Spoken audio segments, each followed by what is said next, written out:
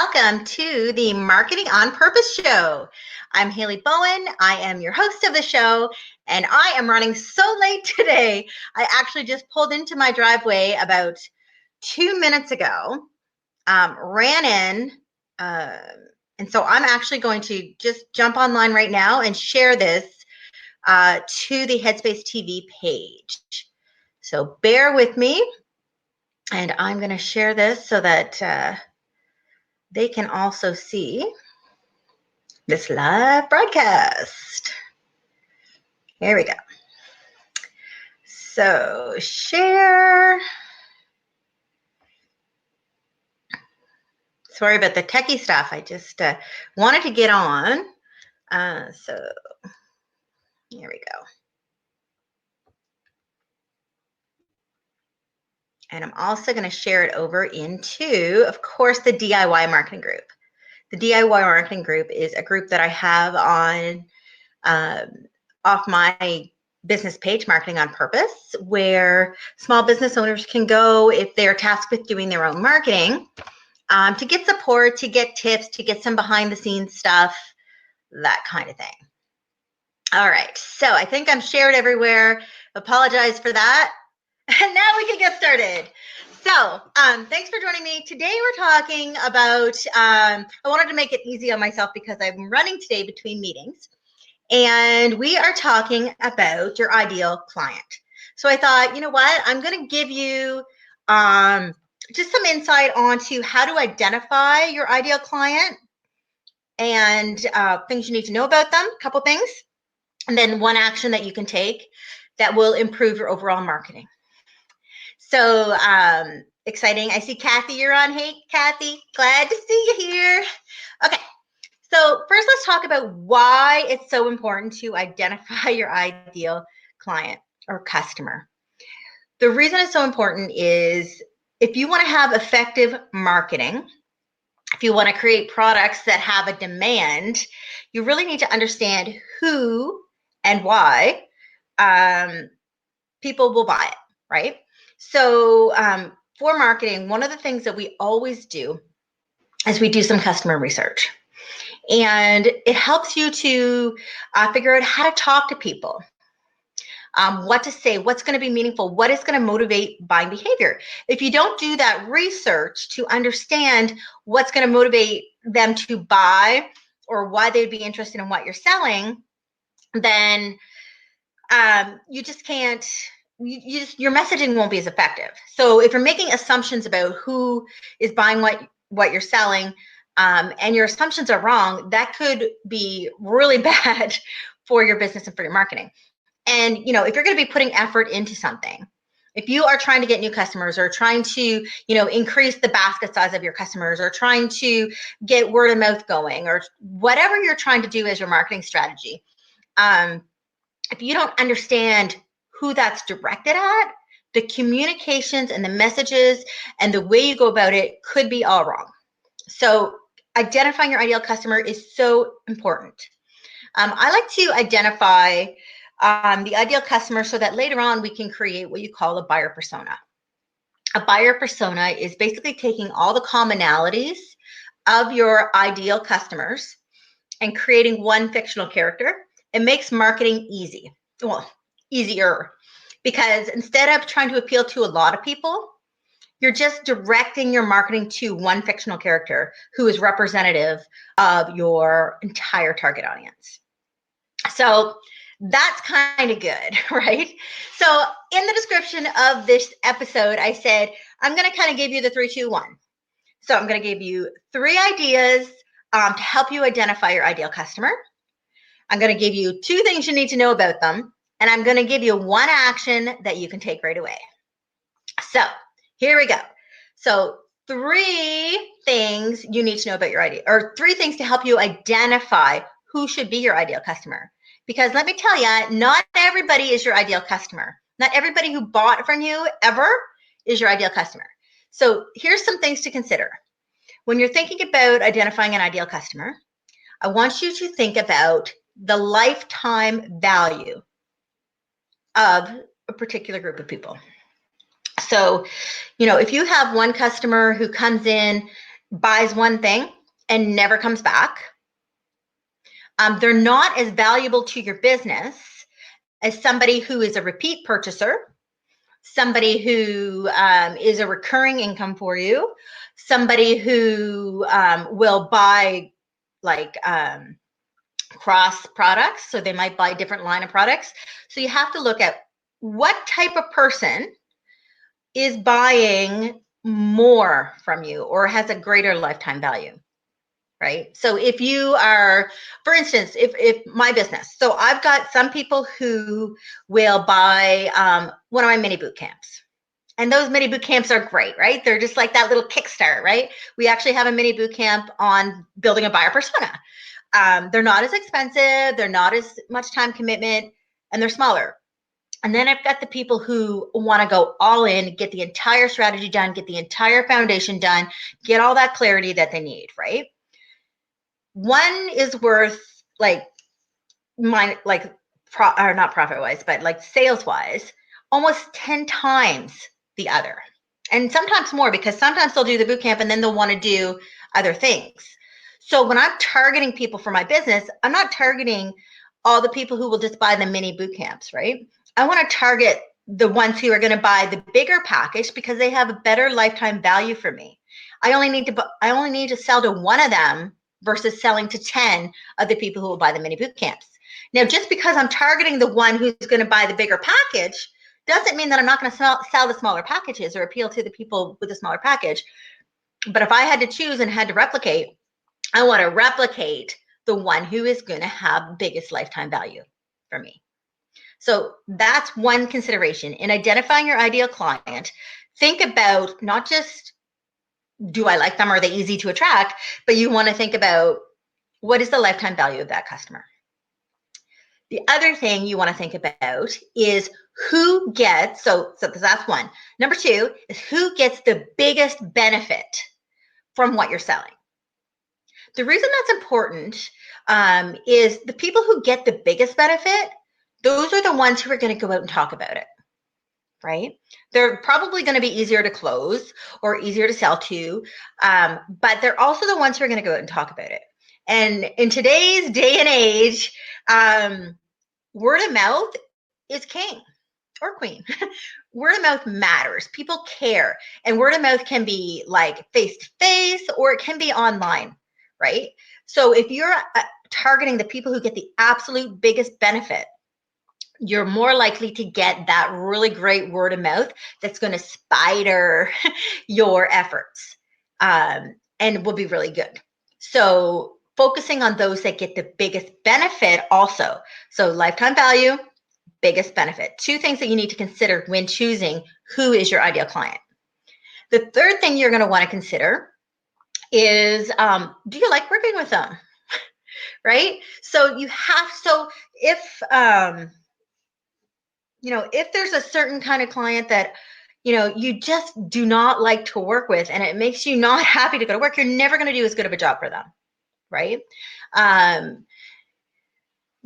would say like steer away from that. If you, even like if you have a client who, yes, they have a great lifetime value, but they're a nightmare, you don't want to replicate them, right?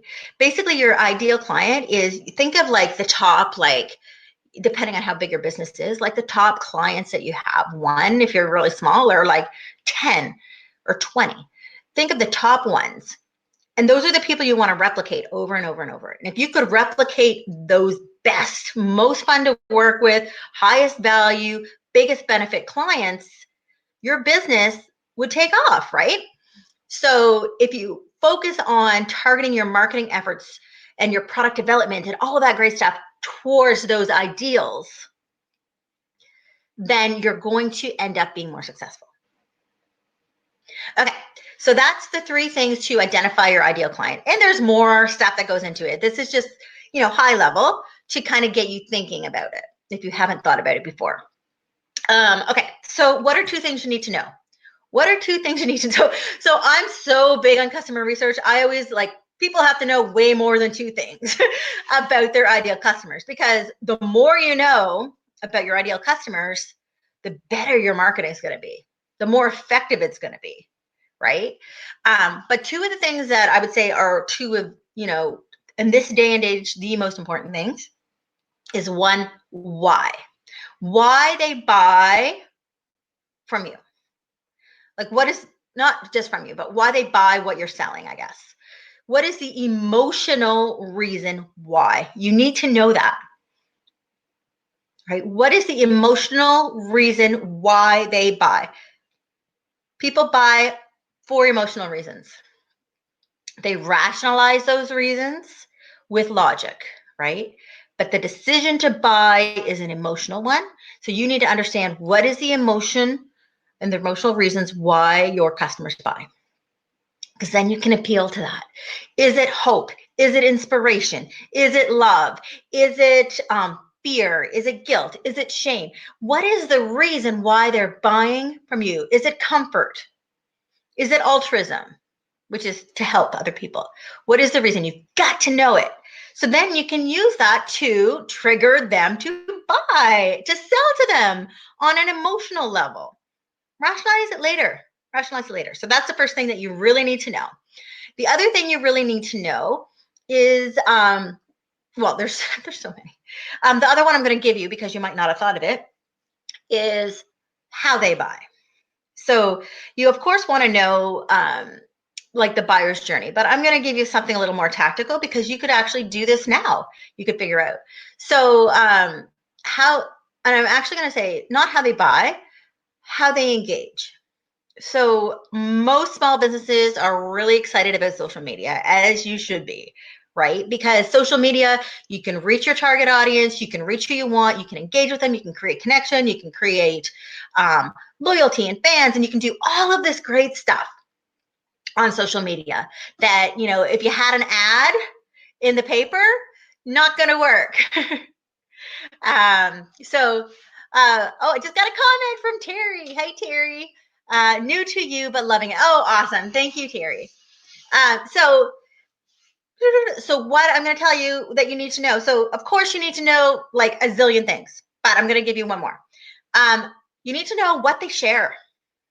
So if you want to be effective on social media, take a look at your ideal customers on social media. I call it snooping. Facebook snooping, Instagram snooping, doesn't matter. But you want to know what they share. So look through their feeds and see what kind of things they're sharing. And then if you start posting those kind of things, they're more likely to share it. And what you want with social media is for people to share your stuff, right? That extends the reach. It antes up your engagement levels. Really good thing. So those are two things you need to know. Of course, you need to know a zillion other things too, but those are the two things for today. And the last thing, so I said 3, 2, 1. So one is one action that you can take right away to up your marketing game, because hey, we all want to, get more results for our efforts. If we're putting time in, if we're paying somebody to put time in, if we're doing anything, we want it to work, right? So, but with marketing, with life, with anything, it's never like this, right? It's never this straight line up. And I know that, you guys are entrepreneurs, you're business owners, you know this. Even though we wish with all our hearts that it was that easy, that it was like find the formula and it's like smooth sailing. It's not. There's lots of like rounds and circles and tweaks and stuff that you're going to have to make with marketing, with your business. That's okay. So the one action that you can take is learn more about your customer.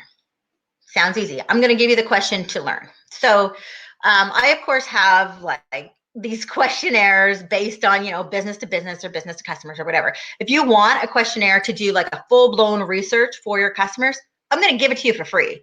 Just ask me, put a note in the comments, and I will reach back out to you, get your email, and I'll send it to you with a training and video on how to actually use the research.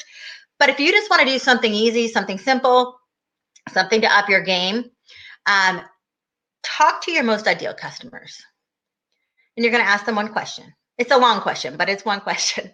You're going to say, from beginning to end, tell me the journey that you went through to decide on this product, right? So when you first figured out that you needed this product or service, when you first identified that there was a problem or a goal, right? to now? What was the journey that you took? And ask a lot of whys. So it's one question. You can ask it in conversation, invite them out for coffee, and just ask the question and ask why. So if they say, I've done this question many times. So if somebody was to come to me and I was to say, okay, why, like tell me the journey that you took from deciding when you needed marketing help to deciding on me until now. What is that journey for you? And then they might go into, well, it actually was really when, I looked at my numbers again and they were flat again. And I thought, why the hell am I doing this? Why am I doing this? Why? Like, I'm not getting any better. I want to retire sometime. And so you have this little story at the beginning. So that's kind of the why, right? And that might be, one of the customers might say that. Somebody else might say, you know what? I'm just like, I just want to be successful. And then I'll say, okay, why? And then they'll say, well, because, I need to make money. And then I'll say, okay, but why is that important to you? And then they might say, well, I'm just scared. Like, I don't want to fail. Like, I'm just scared of failing. Okay, that is the emotional trigger. So if they're buying from me and maybe they're scared of failing, and that emotion is so big that they're like, I need to invest, right? So once you figure that out, tell them to keep telling you the story. So what did you do to solve for that? What did you do? And then they'll go on and they'll say, well, first I just watched, your videos. I watched other people's videos. I read this book. I followed Gary Vaynerchuk, whatever, right? Find out your competitive set that tells you what is the journey, right? Or I did nothing. I just saw you and I liked you and I did it. All good information to know. Find out what the journey is. And then what finally made you pull the trigger, right? What made you pull the trigger? And then you kind of understand. So then, like, what was that final decision-making factor? So that's it. So that's kind of the action for you.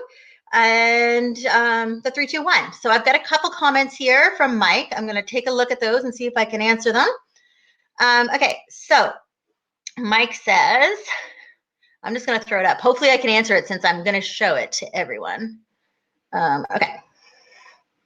Might be a little easier for me to see it. Okay, so my air filtration product has so many different benefits. Some people are interested just to increase workplace efficiency and profitability. Some are more interested to improve health and safety. Some are interested to just keep their business clean, for example.